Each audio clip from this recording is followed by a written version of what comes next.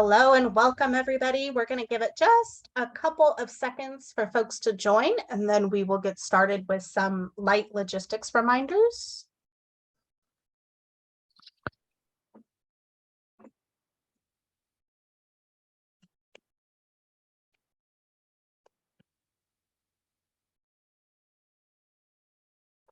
All right, a full house today.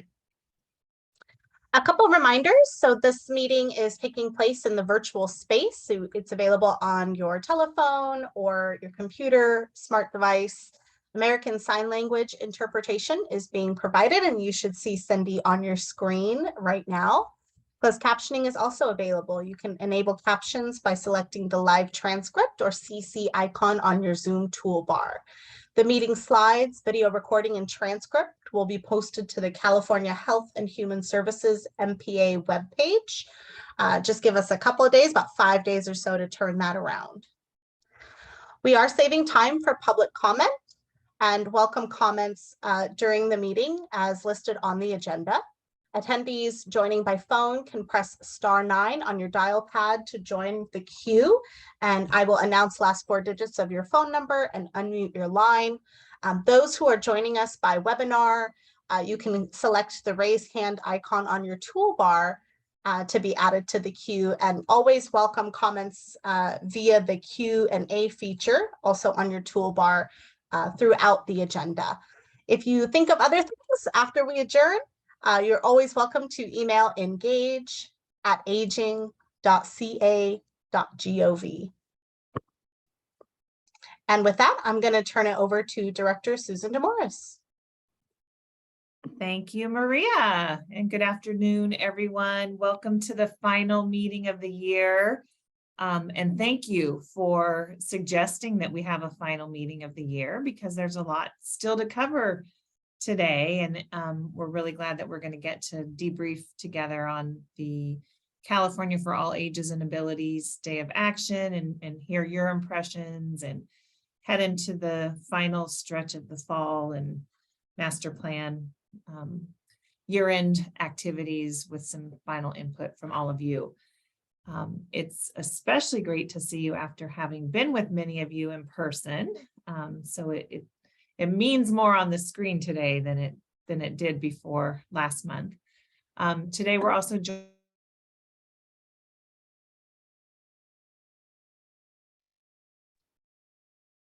screen, and Kevin is back with us. So thank you to all of the Impact members who are joining us, and Monica Lee is with us today. Welcome to Monica.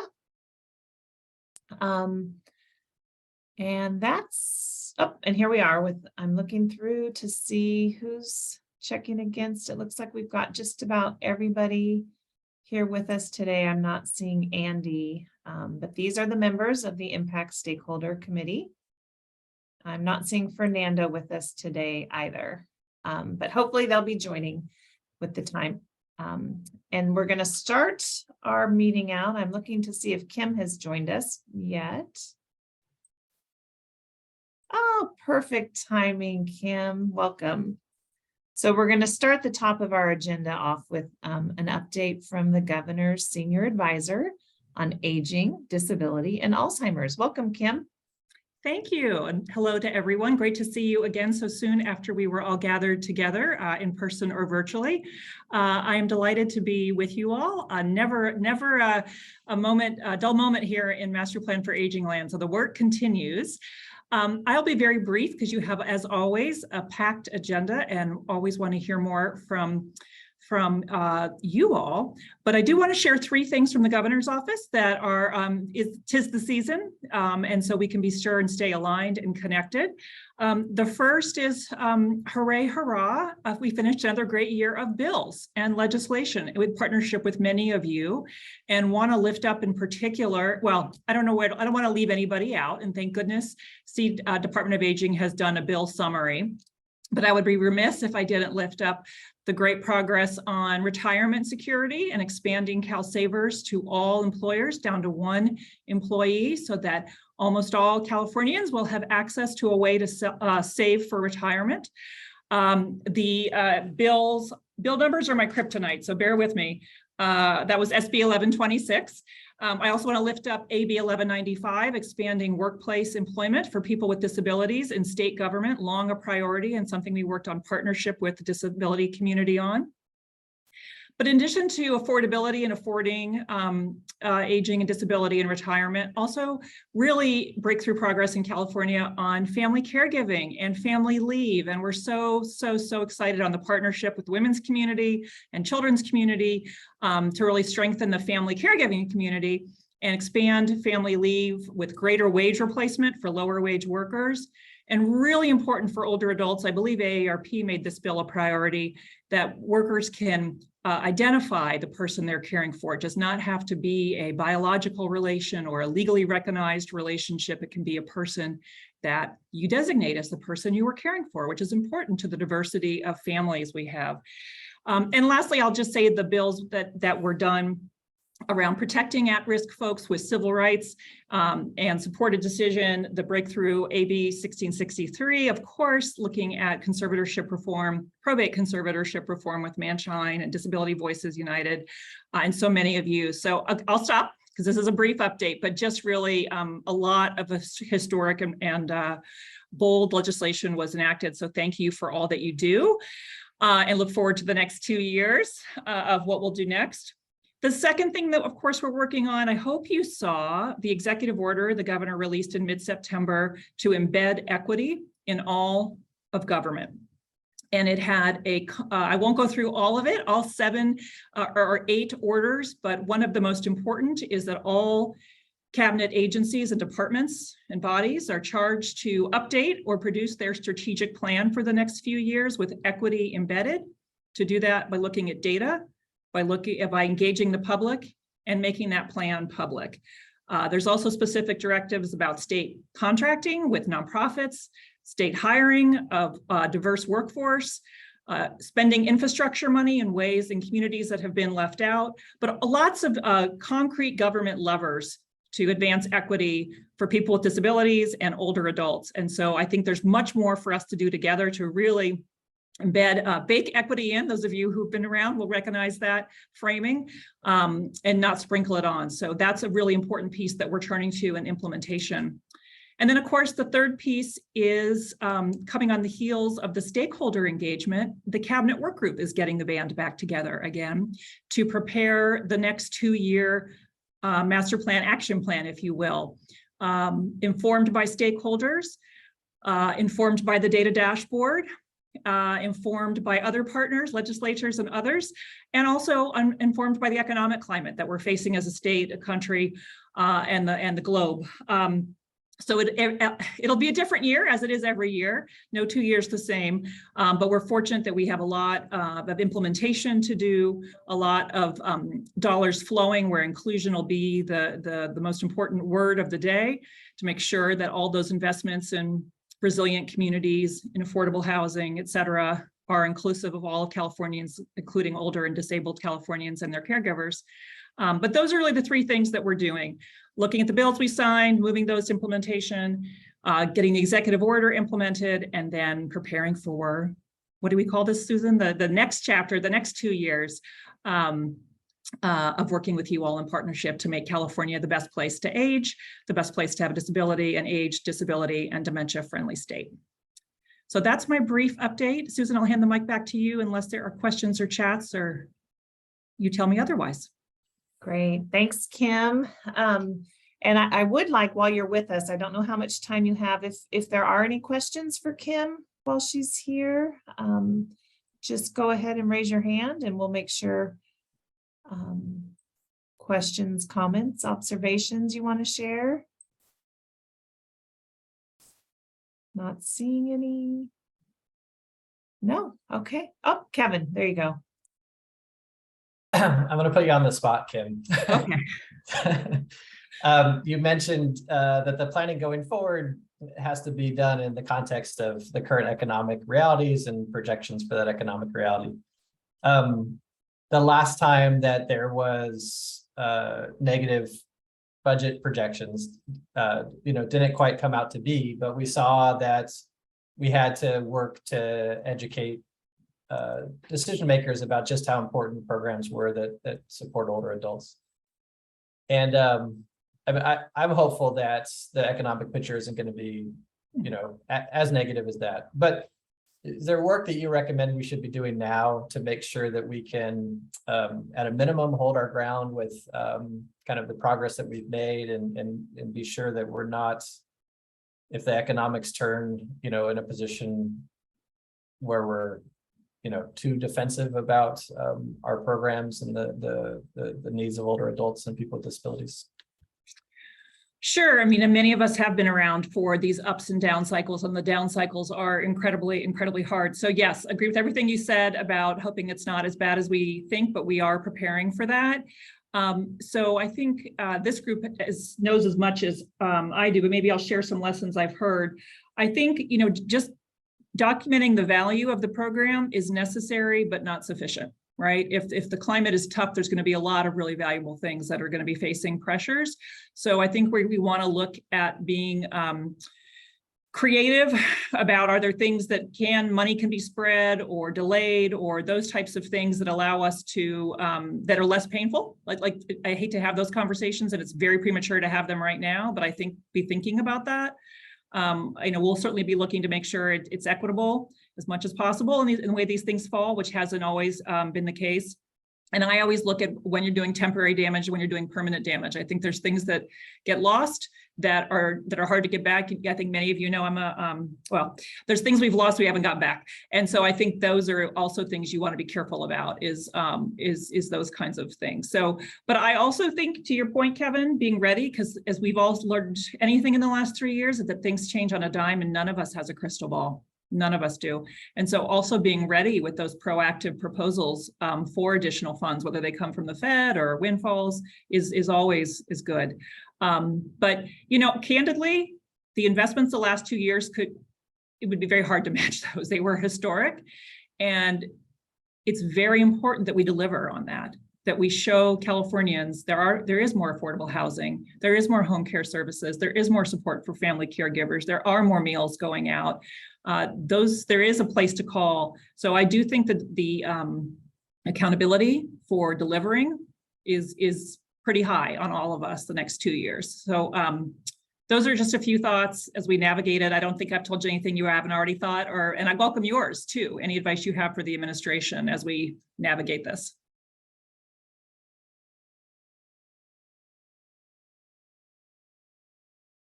Thank you. Any other questions for Kim? Not seeing any other hands raised. All right. Thank you again, Kim, and please stay as long as you're able to for the remainder of the meeting. Will do. Thank you. And now I'm going to backtrack to the welcome and extend in a welcome now that I'm looking on the full screen. We have 90 participants, so this meeting is open to the public. So a special welcome to everyone who's joining us from the public. And we also included the representatives from each of our stakeholder committees who presented at the Day of Action. So we're really grateful that we have representatives joining us today, also from the DACLAC, Elder Justice, Elder and Disability Justice, the Commission on Aging, the Alzheimer's Advisory Committee, and our Aging and Equity Work Group with us today as well. So for the next portion of our agenda, we wanted to reflect on and debrief with this group on the Day of Action, September 20th, how long ago that already feels. And we've got some, thoughts to share, but it's really important to us that we hear from members of the Impact Committee and those who led stakeholder groups at the Day of Action. So just, I would say, and Maria and Nancy know best, but, all of our quantitative measures were very positive in terms of our evaluations and the feedback that we received. Including the food, which is usually, something that people don't like at conferences, the temperature, so we got really good evaluations. There were some issues raised, and we are in complete agreement about the accessibility of the convention center, that participants felt once they were at the on the second floor where the event happened, accessibility was good, but getting there and figuring out which doors to enter the building, and we heard some feedback there. But the qualitative measures, are really where we continue to hear positive feedback from, something that we're very proud of is that, the inclusion of this event, that we really did bring together the aging and disability communities, community-based organizations, consumers, federal, state, federal, state, and local government partners. And, the feedback that we've had formally and informally from Secretary Galley and legislators who joined us, to State Department directors who were present or who were listening in from their offices, has been overwhelmingly positive. And I think for our community, it was really, the culmination of years of work on the pandemic, years of work on the master plan and the LTSS subcommittee report, the equity work group, the research committee, and the stakeholder, the work that everybody's been putting in with the stakeholder advisory committees. And it was actually a celebration. It definitely felt festive, and people were really happy to be gathered together, myself included. It was just wonderful to be together in person with everyone. And it was really a demonstration of commitment by individuals, by organizations, by stakeholder committees, and by our government partners. So I think that, I personally was very touched by the acting administration on community living administrator Allison Barkoff's video, how personal it was to California. Deeply touched by the video shared with us by Governor Newsom and the first partner. And having Secretary Galley and other cabinet agencies and departments so well represented definitely showed the commitment. And in a large audience like that, I continue to be surprised by people who were there that didn't get a chance to see, but we had many legislative analyst office, other state departments, staff who attended and were present and participating. So I will stop there and want to use this time really to hear from members of the Impact Committee and those who led stakeholder committees about your impressions. And, before we go to that, just again, thank you. This idea for this event originated with this group, and you were with us every step of the way. And so I really thank our Impact Committee members for making this possible, and to our funders who enabled us to do something that California's never done before. So thank you.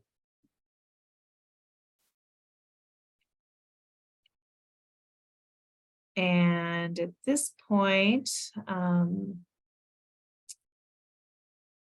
I guess the title is Reflections. Any thoughts that anyone wants to share with us? Elizabeth, please start us off.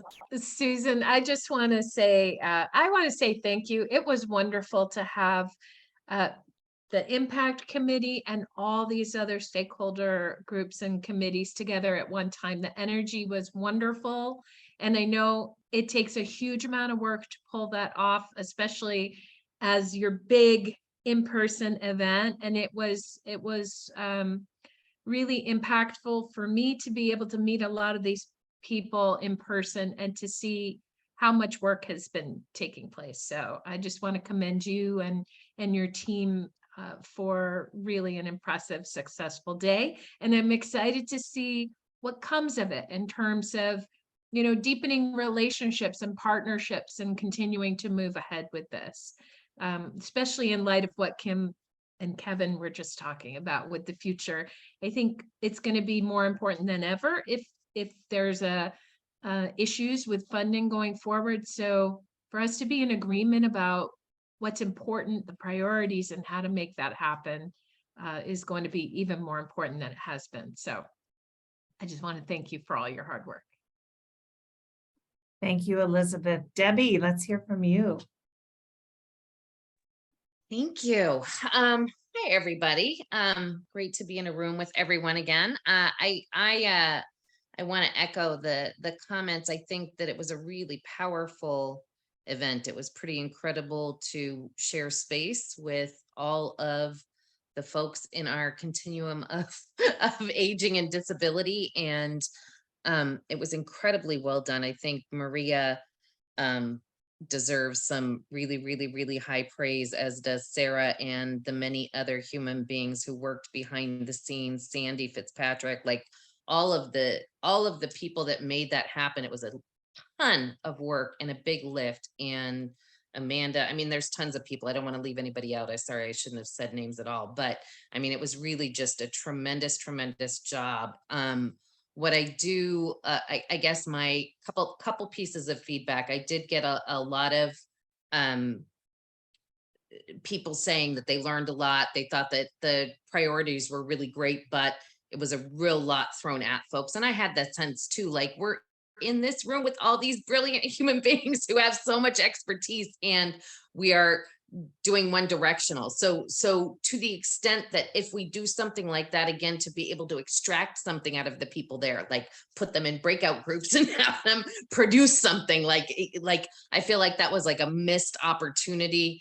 But I think overall it was really impressive. I'm looking forward to seeing how you collect and synthesize all of the information that you did get through the comment cards that were on tables, through the review that you did at the end of the day. I think there were some really powerful comments from Eli Gillardin, and I didn't see the gal who made the comment, but it was one of the most profound moments for me when she said she's from the part of California where there's one human for every 14 square miles. Like, to put that lens on what rural looks like was so important. And so I'm curious to see how that translates into, you know, the things we missed or whatever. But I just am super impressed with the California Department of Aging and all the work that they are doing, and super appreciative, and want to just keep extracting and ensuring that we're infusing, not to change the plan, but to make it better in its implementation. Thank you. Thank you, Debbie. And thank you for naming individuals. I forgot to do that. You're absolutely right. Maria, Nancy, Sandy, Sarah, and Amanda worked very hard. David, let's hear from you. Thank you, Susan. Can only reinforce the information and the support that's been generated just on how excellent the program was.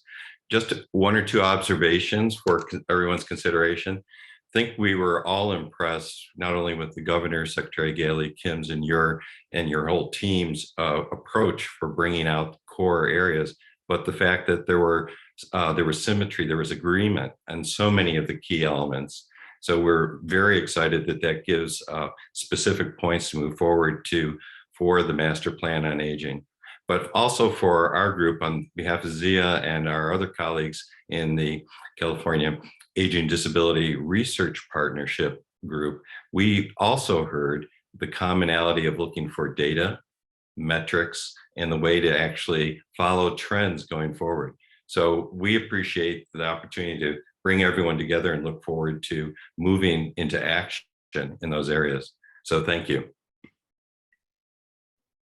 Thank you. And for all the work between meetings, and I'll remind you that the Impact Committee in their spring report raised the question, you know, we don't understand how all of these committees, these stakeholder groups fit together and who does what. And, you know, you prompted us to put the stakeholder committees front and center. And I learned a lot seeing the groups follow one another. And to your point, they have unique roles, but there is a lot of crossover that you saw in that symmetry that you mentioned there, David. Other comments from the day?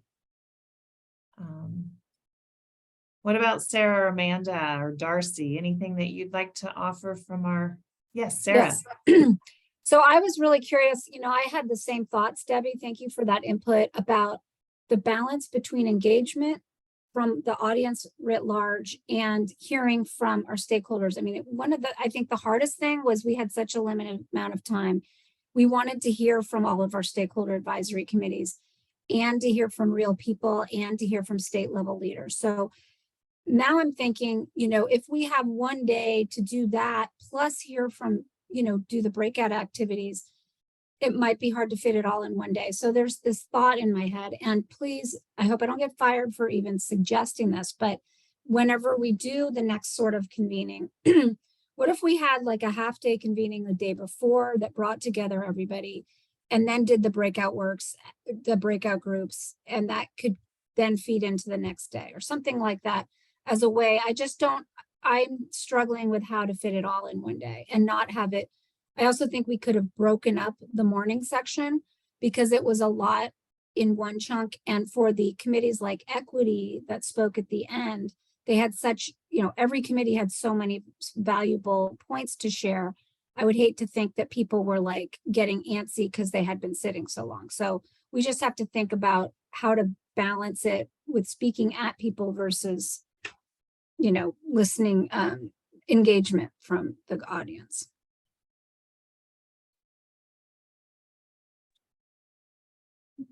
I agree with Sarah, and I'm really grateful for everyone who attended and took the time to fill out all of the recommendations, input that I had created so thoughtfully.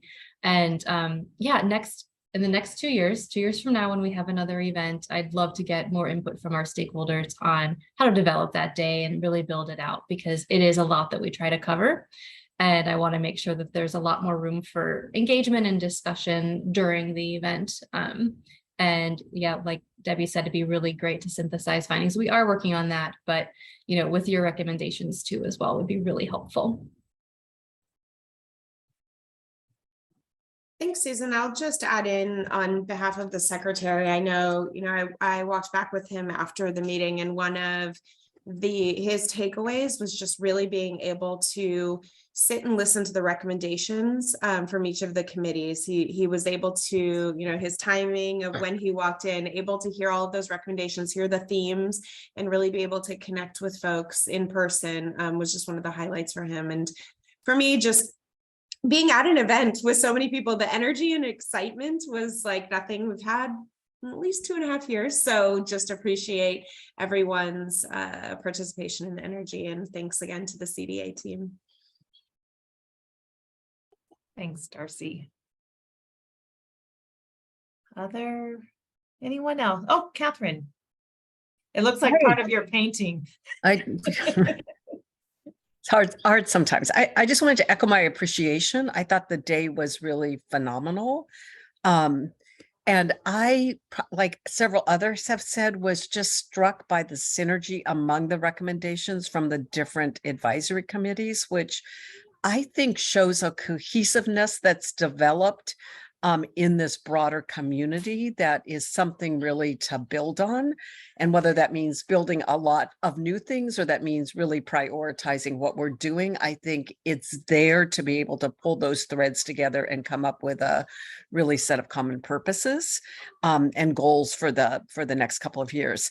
I guess I wonder with the, kind of the discussion about an extended meeting, a different strategy would be to try and get the committees to finish work a bit earlier and do some webinars where 2 or 3 present at the same time and get community feedback that way. And I say that because one of the things I've so appreciated about the Master Plan for Aging is the inclusiveness statewide of this larger community, not just people that can end up in the same room on a particular day. And I wonder if we would be better served by having opportunities for a larger group of people to listen to 2 or 3 at the same time and engage in a discussion with the people that develop those recommendations and even possibly refine them through that process. So that's what I'm thinking about as we're talking.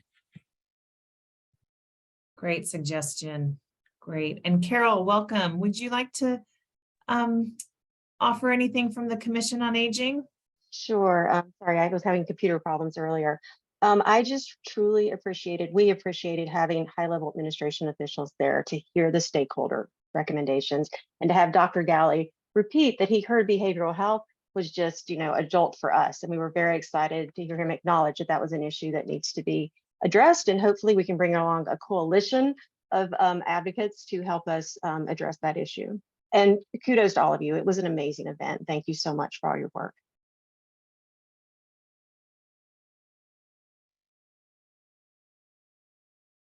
All right, I don't see any other comments. Don't want to miss anybody.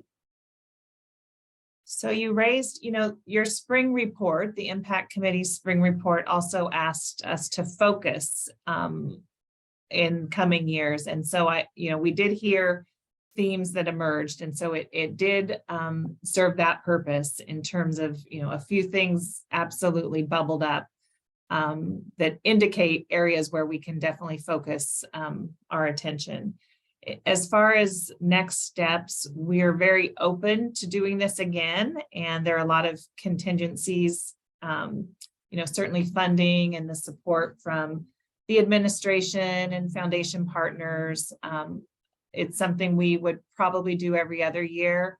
Now that the master plan is hitting its cadence of every 2 years, syncing up with the legislative session, that we felt it was this September was a good time,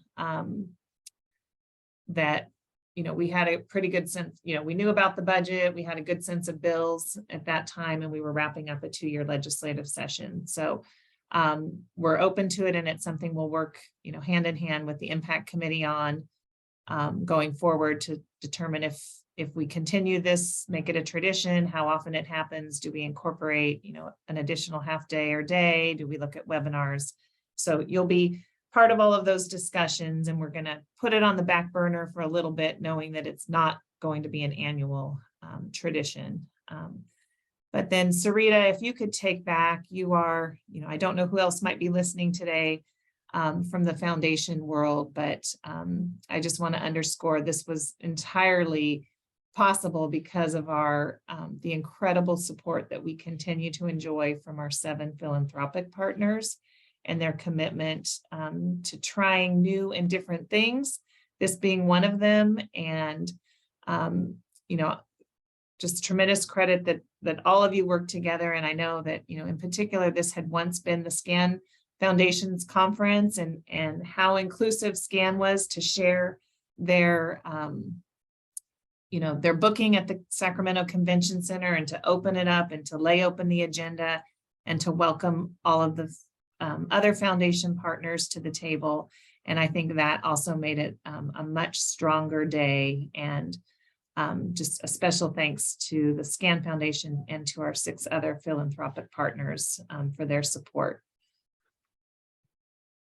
Thank you. Thank you, Susan. I'll just say that, and again, it was a collective effort. And I know Zia from West Health is on this. I think I see him as well. Oh, great. So acknowledging that we have one of our other foundation partners on, but I didn't add anything else because I think the speakers who spoke up said everything about the inclusiveness and the work that you all did. So kudos to all of you for this tremendous effort. Thank you, Sarita. I would echo the same. I think the foundations were very well represented, and kudos to the team. The only other observation, Susan, is that myself, including with other foundations, had a post-conference get-together with 10 other states, and in our conversations with them, at least the feedback I got from them was that they were blown away by both the quality of the discussion and the type of work that's happening with the MPA. So it's always good to hear from others who are not from California and their impression of what we are doing. Thank you, Zia.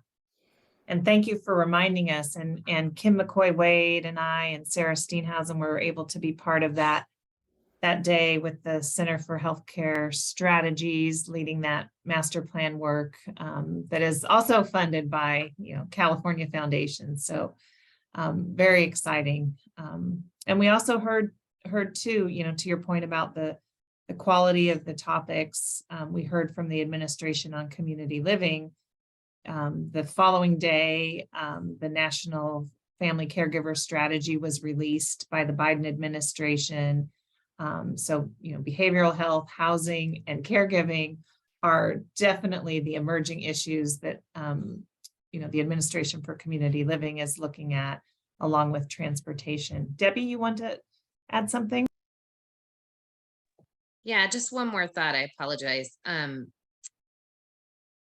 It was very different and impressive to have somebody from the governor's office sit there for the entire day. I don't think I've ever seen that. That Secretary Galley came over, not just to pop in, do his speech and leave, but that he sat and listened to all of the different priorities from all of the different groups. I mean, as a service provider, I'm not a policy wonk, I'm not a association, I'm not a, all those things. I am a provider.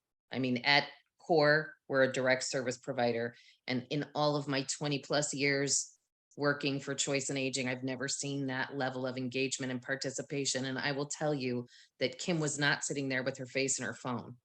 She was listening to everything that was being said, as was Secretary Galley. And that's unparalleled. And I think that should be lifted too, because in a time where we're looking at potential belt tightening, it's important to know that the people who are leading the ship have their eyes on the prize with us in the room. So I just feel remiss not mentioning that. Thank you for giving me the mic again. Thanks, Debbie.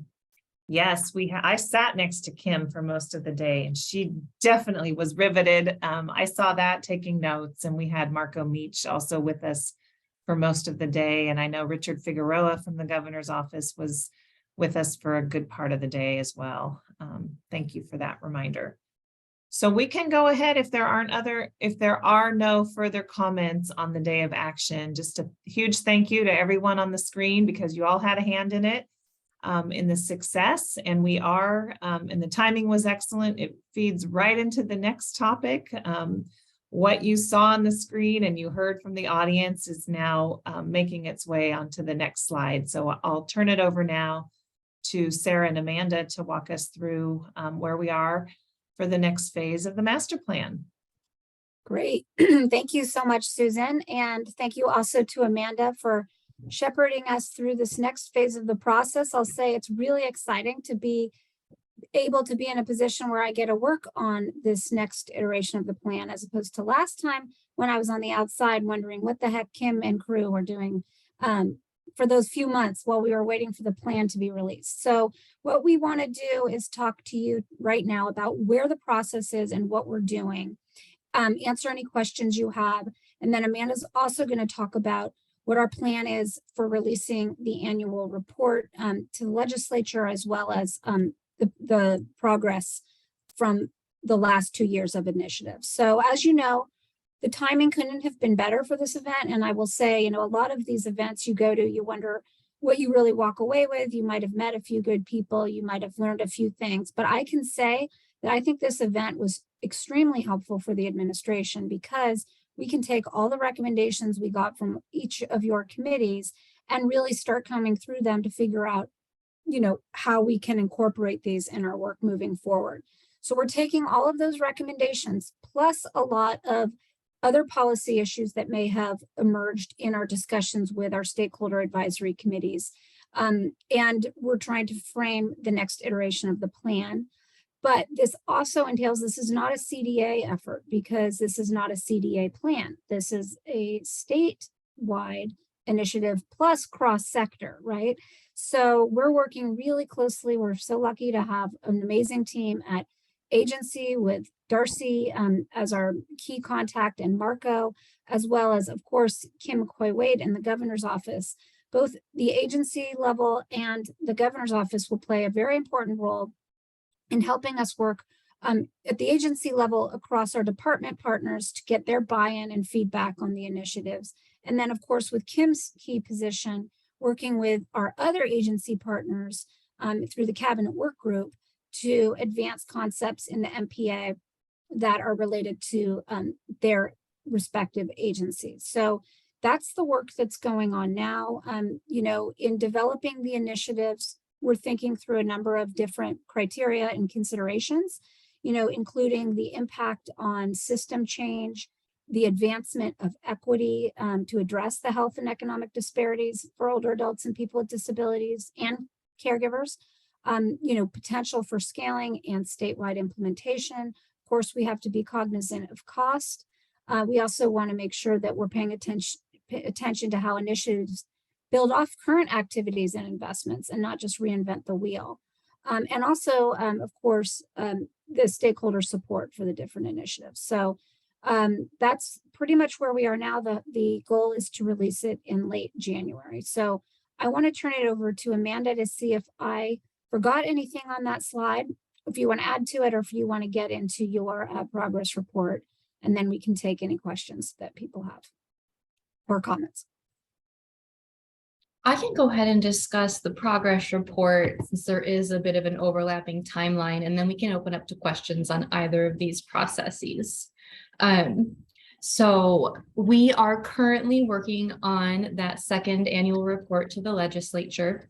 If you recall the last report, it was a bit lengthy and glossy, and it covered every single update on each initiative that we had to offer.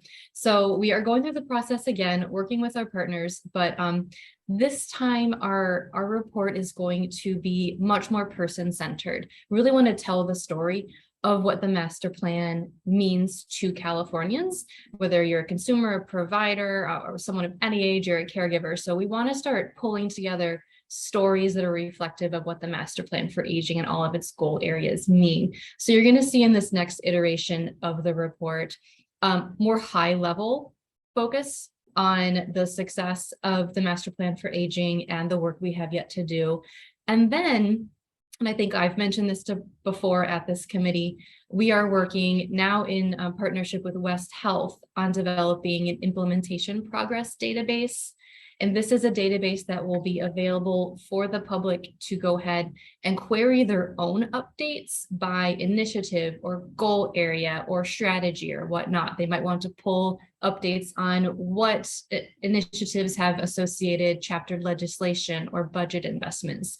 So we want to be able to we want to allow people to have access to this information at any time and not wait for our January annual reports. So that's in progress, and we will begin testing that with our internal partners throughout November, and then it will go live in January along with this print report we're making. So from now on, our print reports will be a bit more high level and be a bit more about telling the story. And then we'll have that accompanying database available at any time for people to learn about what is going on with those specific initiatives. And I'm going to go ahead and go through every one of the 132 initiatives from the past 2 years and, input all of those updates that were already in those previous progress reports so that it is comprehensive and you can still see where those initiatives are in the process. And then by January, we will have added those new initiatives that we are implementing in 23 and 24. So don't be surprised if I reach out to you for quotes or for stories or ideas for things to highlight in the master plan annual report this coming year. Is it's really important. We want to include you in the process. We want to make sure that all of our stakeholder committees are acknowledged. There will be a section in the report to highlight that. We'll be highlighting a lot of local implementation. I really want to make sure that, especially with the new $4.5 million investment to CDA on that local aging and disability planning grant program, that we start to pull out those local stories. And along the same timeline, it's a bit of a separate issue, but also when we release our report and we release the new initiatives, which will be on the same day in late January, we also will be announcing the date that we will open up our request for proposals for that local aging and disability planning grant program. In that program, we are developing in collaboration partnership with AARP to fund up to about 30 communities to develop their own master plan for aging and disability. I will open it up for some questions about these processes.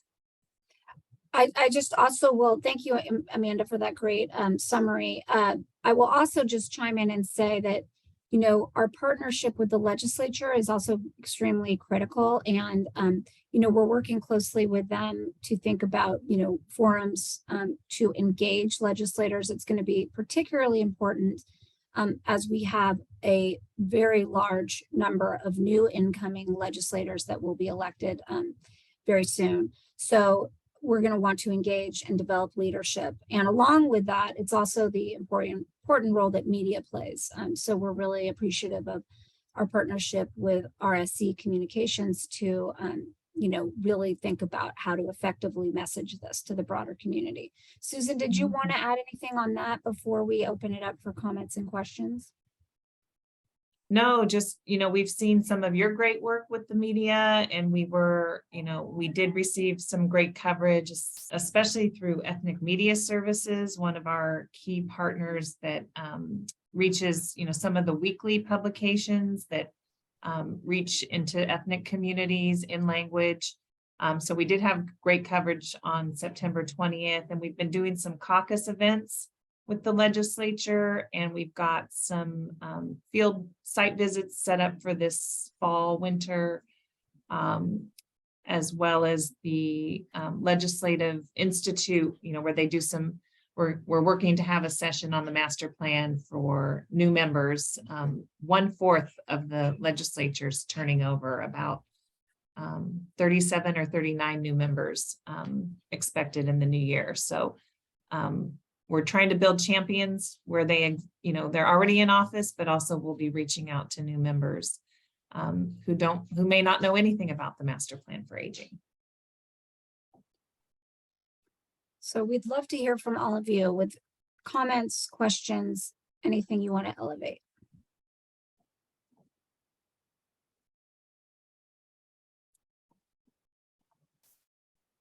Eric.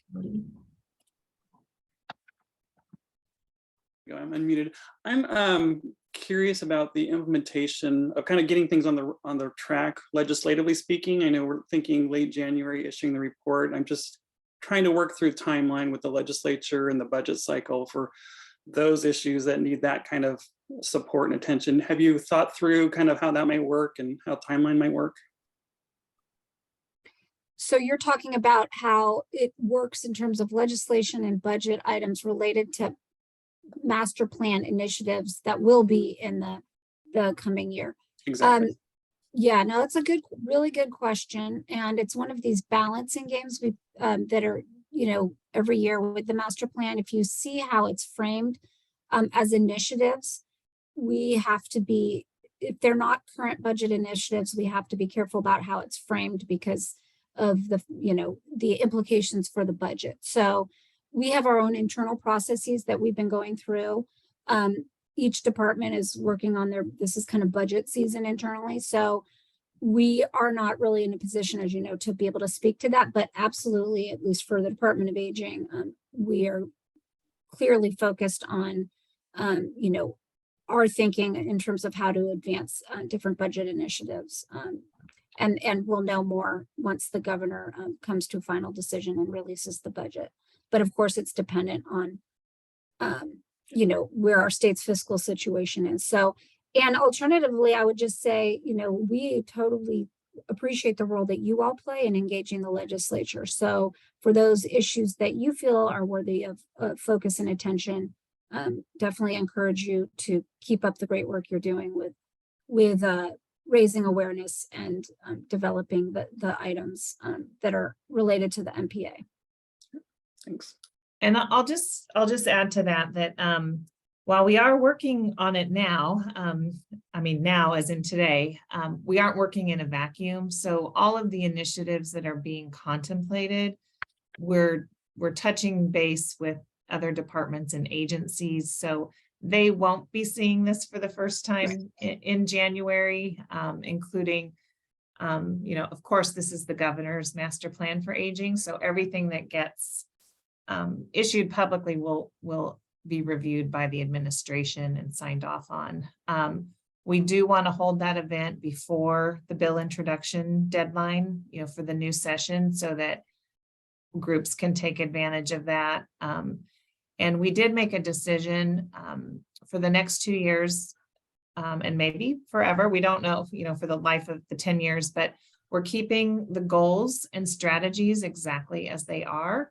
And it's only the initiatives that will change. So, as a stakeholder, if you can anchor your bills and budget to the goal area and the strategy, those will not change. So that's that anchor will stay. I don't know if that helps. Debbie. That's interesting, and that is helpful. So we had a CL, whatever, California Collaborative Long-Term Supports and Services Zoom this morning. I can't even get the acronym right, but I can tell you the whole name. Anyway, discussing some of this, and in response, Susan, to your recognition of the massive number of new humans coming into the Capitol in this next cycle, we had talked about how we get in front of them. And I think that I would ask for your help. I know when our former Senator Mark DeSaulnier became our current Congressman Mark DeSaulnier, he talked about going to DC, and there was sort of like a freshman process for these freshman congressmen coming in.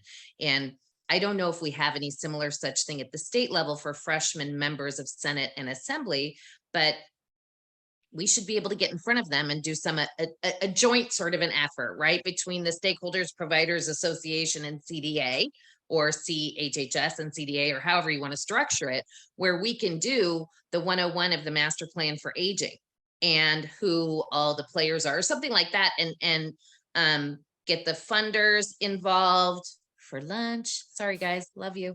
But you know, like something where we get them, the new folks in, and have an opportunity to just provide some high level overview, so it's not new to them when humans are knocking on their door and begging them. So maybe there's an opportunity to do something.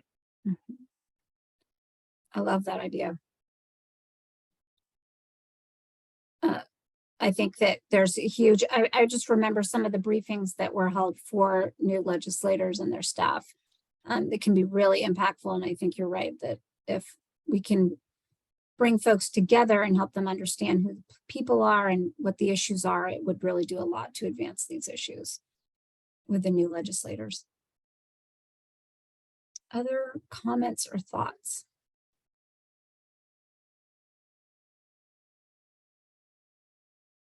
Okay. Susan, we'll hand it over. We do have. We do. You know what? Sorry, Sarah. No, we don't. That's okay. No problem. I'll hand it over to you, Susan. All right, thanks a lot. And then we are, you know, we're looking at, just to finish off the last topic, we'd love to hear from you what your, you know, when we do unveil the progress report, when we do launch the initiatives, those will happen concurrently on the same day. It could be done in conjunction with an impact committee meeting, in person in Sacramento. It could be a chance to engage, you know, if you're willing, you know, we could do, you know, we can make a request of the governor's office or the legislature to do a series of meetings. We could do one big reveal with lots of people on a big, you know, Zoom meeting.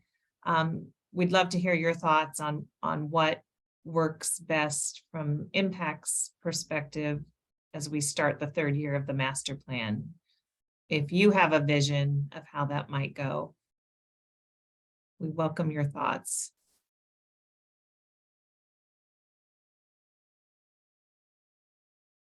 And if you don't have specifics, we're starting to frame something that will, you know, run by you. But it's looking second half. It would happen after the budget. So second half of January, that third or fourth week. And we'll work with you on date, time, and location. Or can you, I'm sorry, Susan, could you repeat what that's, I'm sorry, I forgot to close my door. My cat's yelling at me and I was totally distracted. We're having a gathering and you want to know what kind after the budget. I got all of that, and it's for. So in the past, we've been limited with our options by COVID. And you know, hopefully in January, we'll have opportunities to gather in person. So virtual was our only option previously. So we're open to ideas. You know, we could do where it's presented by Impact, where we could present the report to the legislature in a meeting. Those things would happen, if we were to engage the governor upon request, not, subject to calendaring and scheduling in person. We could also look to have, something that's on Zoom so that people throughout the state can be part of it. Things that we're contemplating right now. So is this for the release of the report, sort of the progress report? And is there a reason that you wouldn't do it as a hearing and then make it available via live stream or something like that so that you can get the best of all worlds? Or that's another great thought, Debbie, a hearing. Hearings would start, probably later in February, so we could follow up. I mean, but yes, so some sort of an unveiling, a launch, a re-upping at the end of January.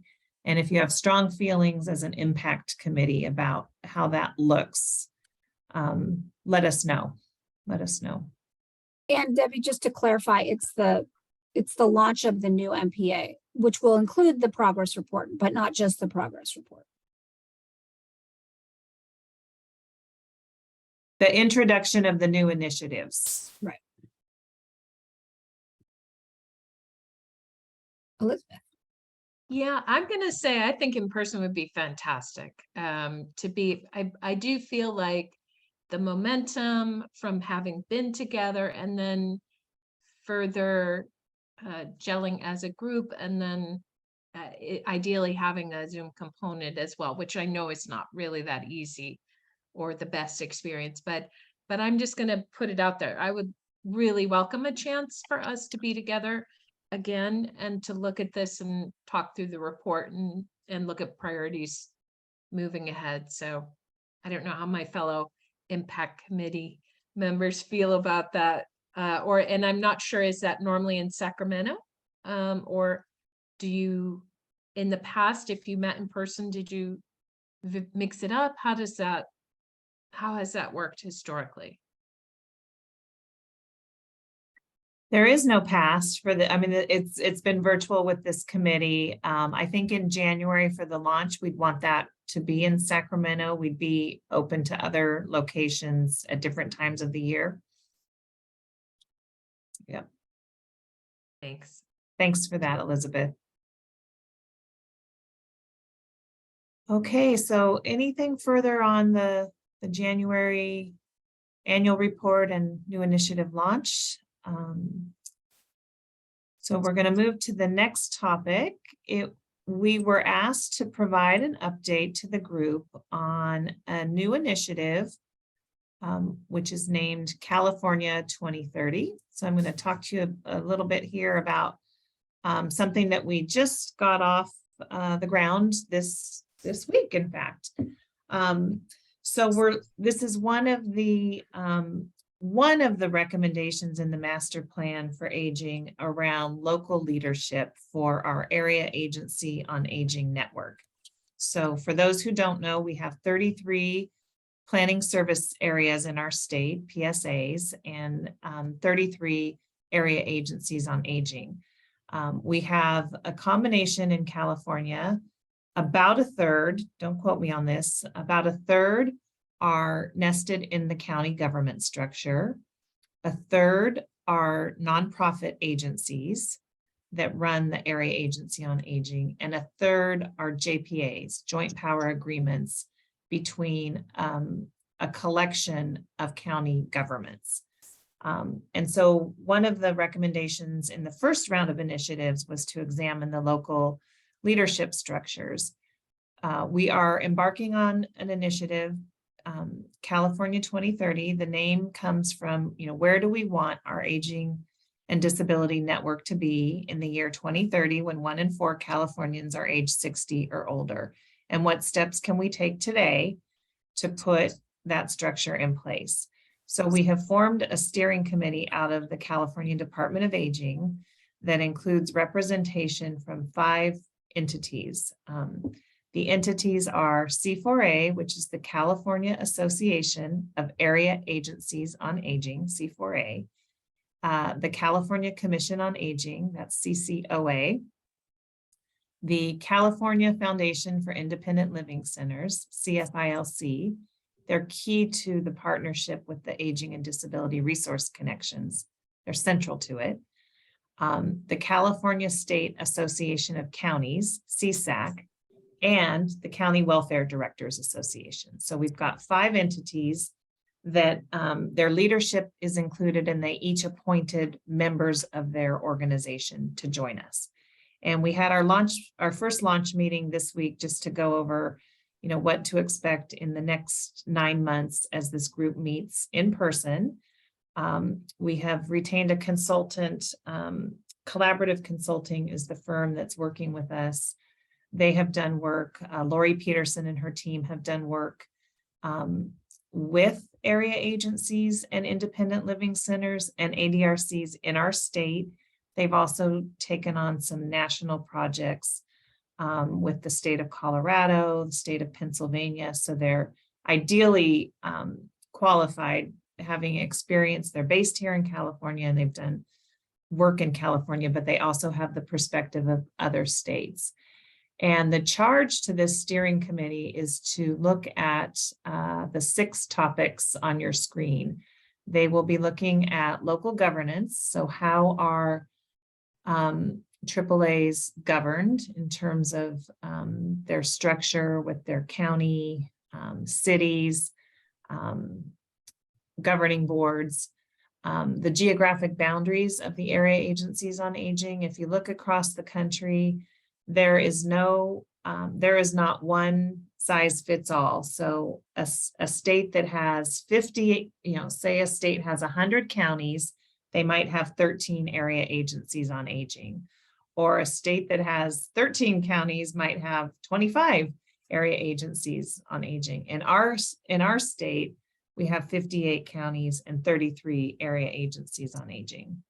We're going to be looking at the funding formula, both the federal Older Americans Act funding, but also state general fund funding and the funding that comes through the Older Californians Act.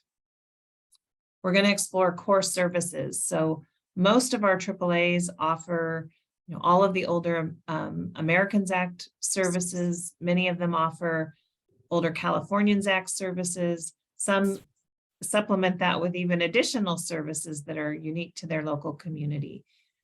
So could we explore a series or suite of core services that are standard up and down the state? And if we could do that, could we look at some performance measures for those core services where they're linked? And then common marketing and branding. And this might sound not important, but the analogy I use is when, the few times we get media coverage and I'm asked, if it's a media market that cuts beyond one area agency on aging, it gets really complicated to explain different names, terminology, brands, and, is there a way that we could have something that's easier for consumers and families to know and understand so that when they're getting started in our network, they know where to begin. So we're looking at some, and this came up in the pandemic when we were trying to get postcards out to households to share, how they can access services. We do have a statewide 800 number that we use. But, the example is, I was doing a TV interview once and I kept pushing the 800 number and they said, great, which is 1-800-510-2020 for anyone who doesn't know. And they said, so, we've got a situation with a complaint in a nursing home. And I said, oh, that's a different 800 number for the ombudsman crisis line. And then as the conversation, it kept spinning out from there. So we're exploring all of this. We think we know we have the right people at the table because they're representing different perspectives.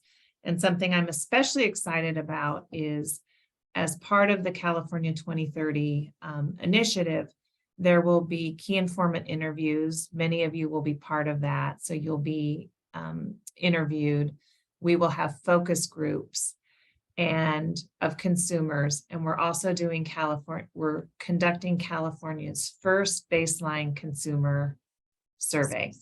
So parallel to these providers and experts, we will be conducting a statewide consumer survey to really be able to put, what is it that consumers are asking for or want or observing, and is it matching up with what our steering committee is finding? So we're really excited about that piece of it as well. And we also are excited that by doing a statewide baseline survey, we can oversample and target underserved communities. So whether it's rural or race and ethnicity, sometimes locally we're not able to get data from underserved communities or underrepresented communities.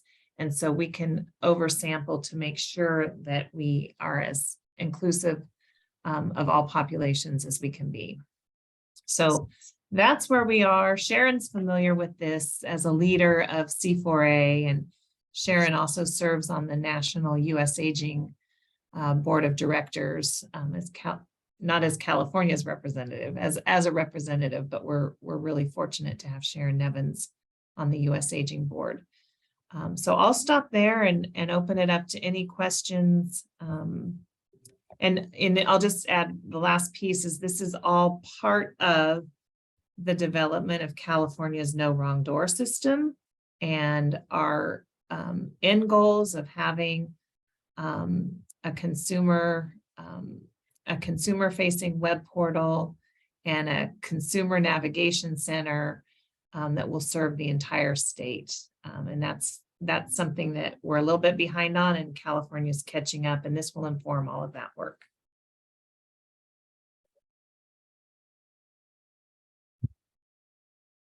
Nancy. Thanks, Susan. Really appreciate getting this overview, and I apologize if I missed this because I just stepped away for a second. So this is so cool to see this level of planning. Is there also conversation about, well, I have two questions. One is, where does 211 fit into a system like this, since that is the point of entry for so many people from the community for health services or for transportation or housing? And then for regional planning, how can we pull the MPOs and the COGS in, the metropolitan planning agencies and the councils on government into this, so that there is, they don't think about aging at all, but they do a lot of work on housing and transportation. And to have that level of shared thinking and planning, I could see a real value for that. Two excellent points. So 211 is, it will surface in these meetings and will be part of the conversation. It's definitely part of our department work around a no wrong door system and a statewide consumer navigation center and web portal. So that's in, it is a part of it. It is a part of it.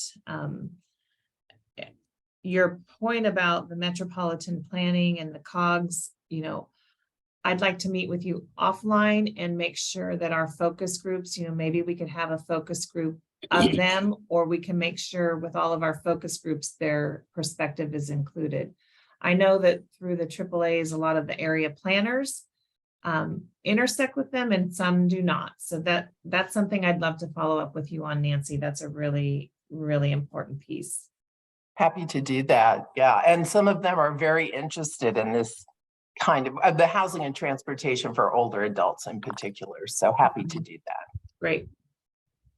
So Susan, this is Sharon. Is the plan for the group to, the group of 5 to come up with some recommendations or some suggestions to improve processes to help inform the master plan, or what's the ultimate goal or deliverable from this particular group? Yes, so good question. Why are they meeting? And the purpose is to deliver end of next summer, early next fall, a series of recommendations on those topics. And once they start meeting, there might be additional topics we didn't foresee. And we would expect recommendations under each of those categories. And then from there, perhaps fold it into the master plan for aging, could translate to legislative or budget ideas, whether that's through the administration or group, individuals and groups that are part of that process might pick up pieces of it. Part of our internal planning, absolutely. And some of these things will be multi-year efforts.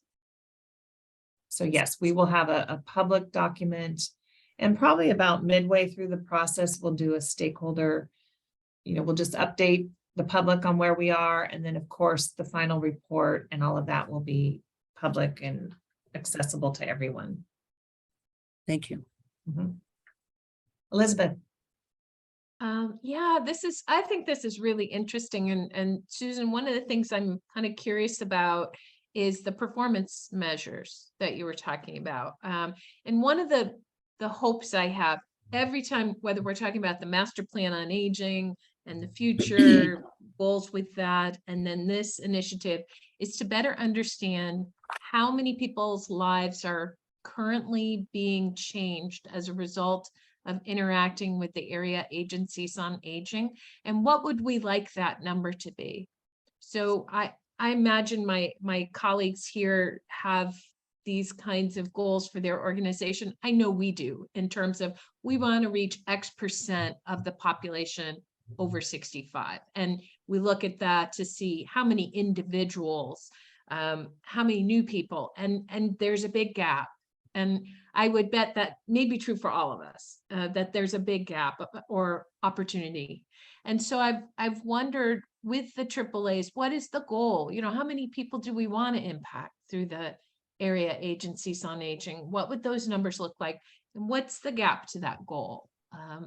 So do you think you'll get into that level of detail in the performance measures? And will we get to a point where we can feel confident that there really is not only no wrong door, but people know there's a door, which I think a lot of people it doesn't even occur to them to look for a door, or they have no clue. And I don't know if others agree with this, but I always feel like there's amazing help, but many people have no idea that it's there, including with area agencies on aging.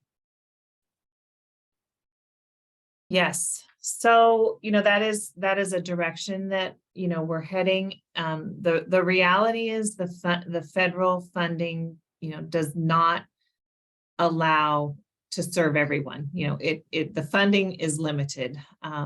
So part of this too is to really, from an Older Americans Act, it's our target population are people with the greatest economic and social needs. So there's a focus, but in terms of targeting,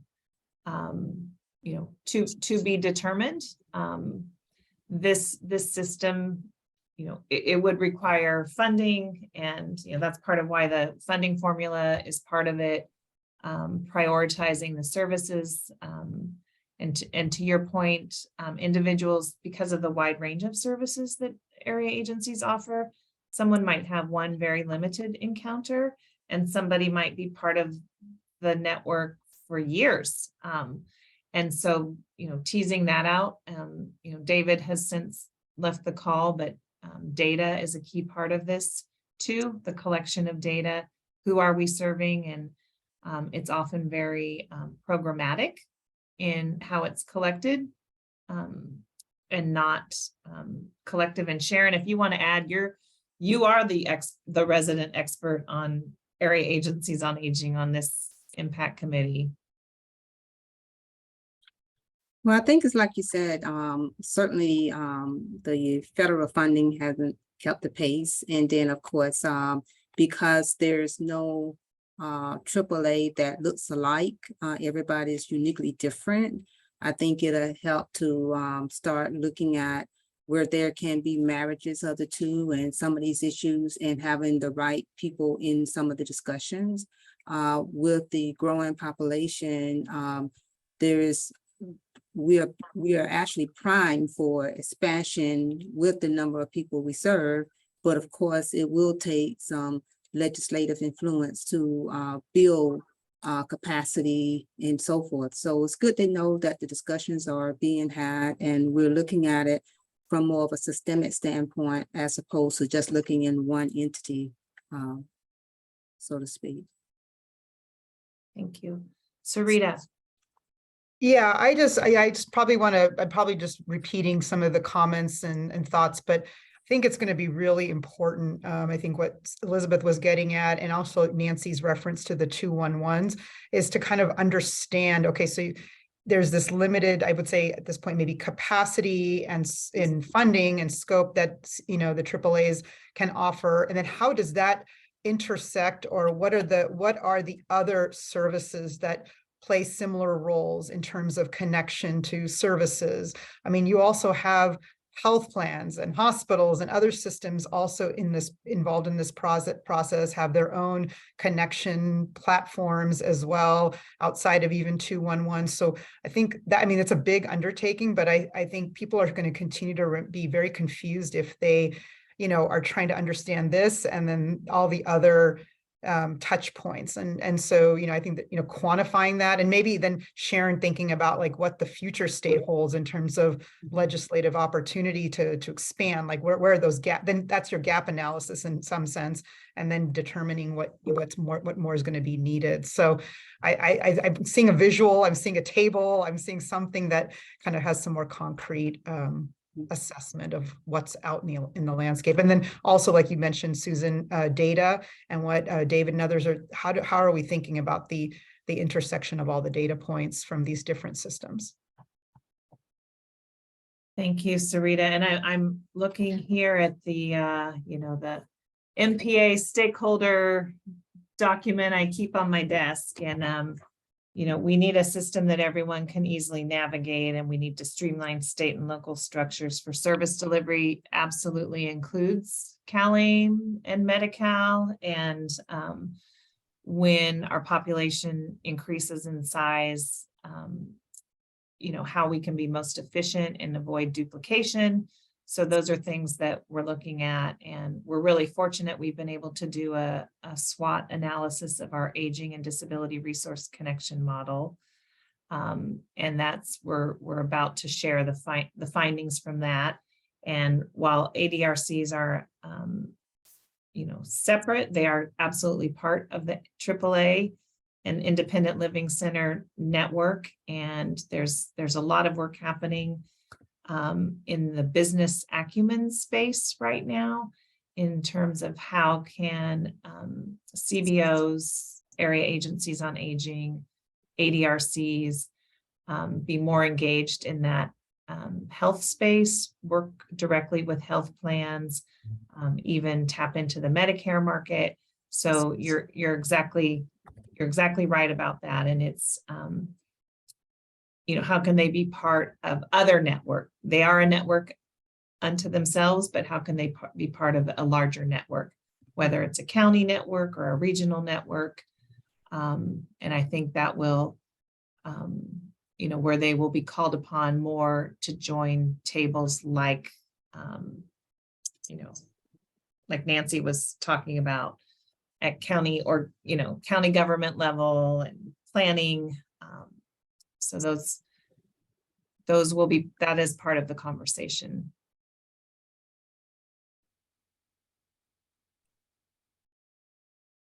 Any other comments on the California 2030?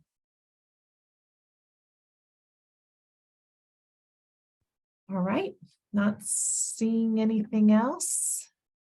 We can move to our next topic, which would be public comment. So before we move to public comment, is there anything else that any members of this committee wanted to raise for discussion?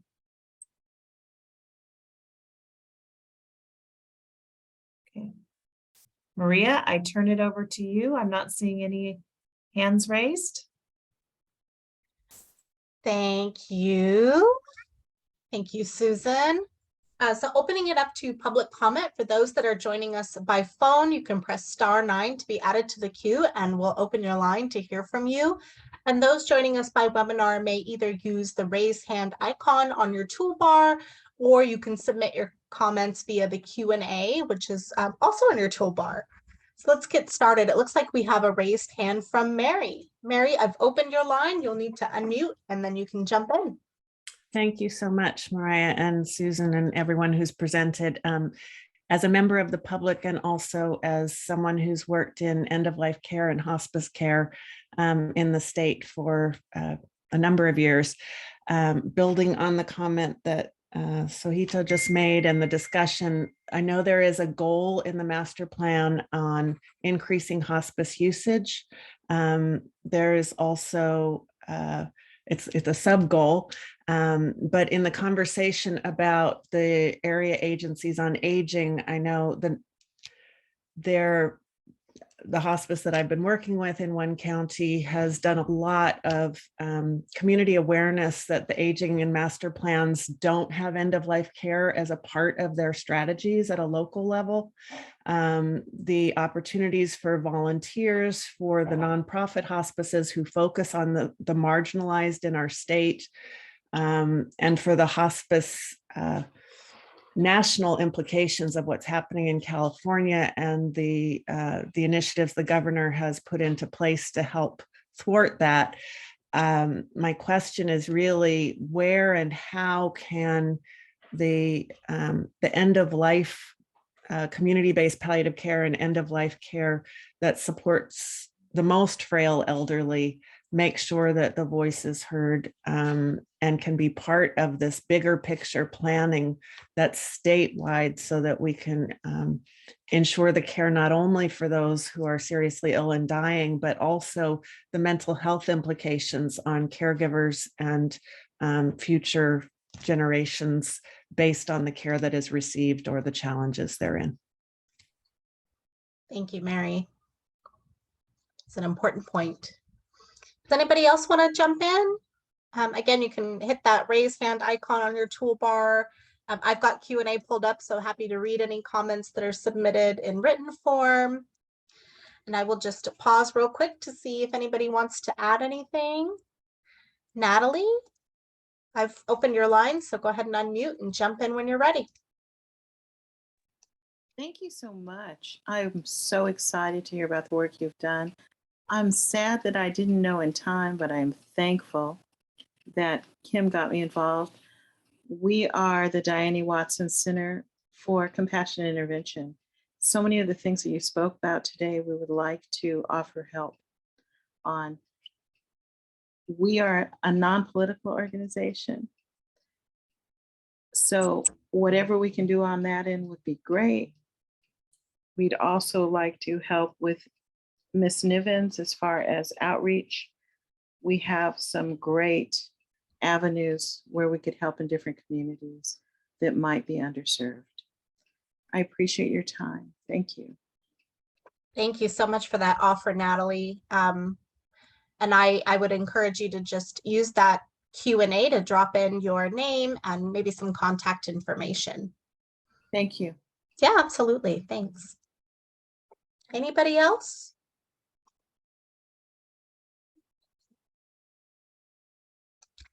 Okay, well, if you're like me, you're probably going to think of a question as soon as the webinar adjourns. So I just want to highlight again that you're welcome to submit public comment to the Engage inbox. That's engage@aging.ca.gov. And I will turn it back to Susan. Thank you, Maria. And thank you to our two public comments.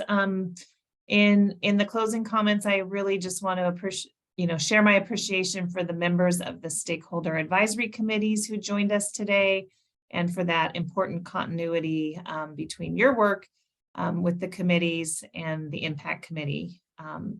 And thanks for taking the time to prepare your priorities and to share them with the large group on the 20th. I also want to thank our impact committee members. I know that Andy could not join us today, but everyone else is with us, and thank you for the time you're giving. We're allowing all of our committees to take a fall hiatus, but you didn't exercise that option. So thanks for being here today, and allowing us to debrief a bit on the September event while it was still fresh. And to our government partners, Amanda and Sarah are working very, very, very hard right now to get both the year-end report and the new round of initiatives prepared. And Kim McCoy-Wade and Darcy, thank you for being with us today. And for the work you're doing as well on the budget right now, as well as getting us prepared on the master plan for the next 2 years. So thanks everybody for taking the time. We know your time is important with your day jobs and everything that you're doing for older adults, people with disabilities, and family caregivers day to day. Thank you for that. And I think that concludes our meeting for today. We'll be in touch with you individually over the next couple of months. And we look forward to re-engaging officially and formally again in January with all of you. Thanks so much.